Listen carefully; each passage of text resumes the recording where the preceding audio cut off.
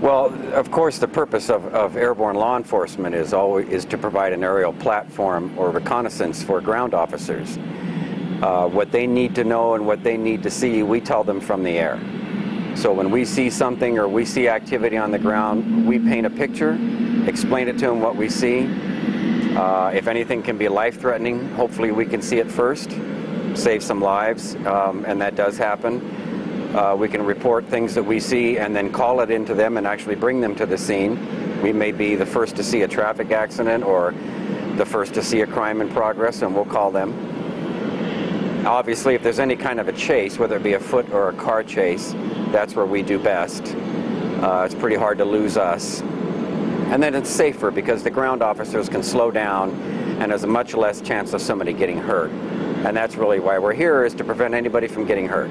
That's why we're here.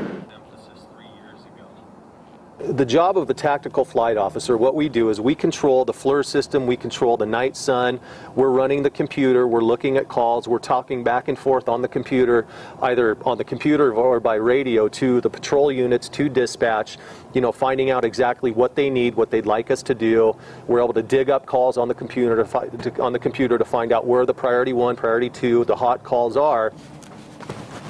All the instruments here are more or less for the pilot. There's GPS things here that we can punch in coordinates for areas if we're in a search and rescue type thing and we need to guide people in. And this control right here actually runs our night sun.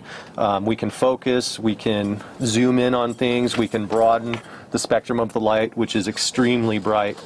And this here is a controller for our night sun, which also is a forward-looking infrared system. So in this we can actually, from a long ways up in the air, we can really focus in on things on the ground if we're doing surveillance or those types of things. And also search and rescue.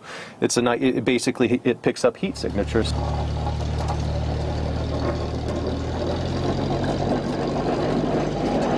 You know, I'm really just keeping all of us are keeping our fingers crossed that, you know, that the funding's going to come through, because it's a huge success. We've had many successes with it. When we're up working, we have units from every agency basically asking us, hey, is Air One up? Can they come? Can they help us? Can they do this? So, like I said before, we're an extreme force multiplier for the law enforcement community and for the public all over this area. I mean, this is a huge safety issue, just not for us, but also for the public.